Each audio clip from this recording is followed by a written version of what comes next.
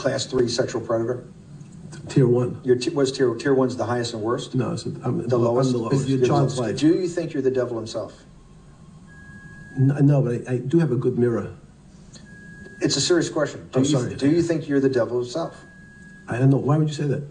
Because you have all the attributes. You're incredibly smart. You remember the devil is somebody knows. What?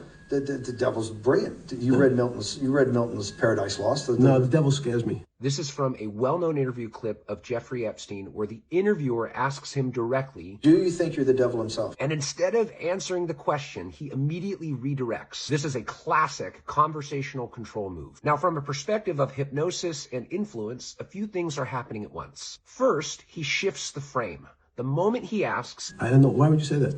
The focus moves off of him and back onto the interviewer. Now the interviewer is the one explaining, justifying, and elaborating. Second, he answers a question with a question. This buys time. It slows the pace. It forces the other person to keep talking. The more the other person talks, the more they reveal, the more they commit, the more control Epstein gains over the direction of the conversation. Third, notice his body language. Smiling while being asked a serious moral question, slight hand movements, scratching the back of his head. These small signals communicate ease, deflection, and emotional distance from the heaviness of what's being discussed. There's an even more subtle moment. When the interviewer starts comparing him with the devil, he interrupts with, Devil's what?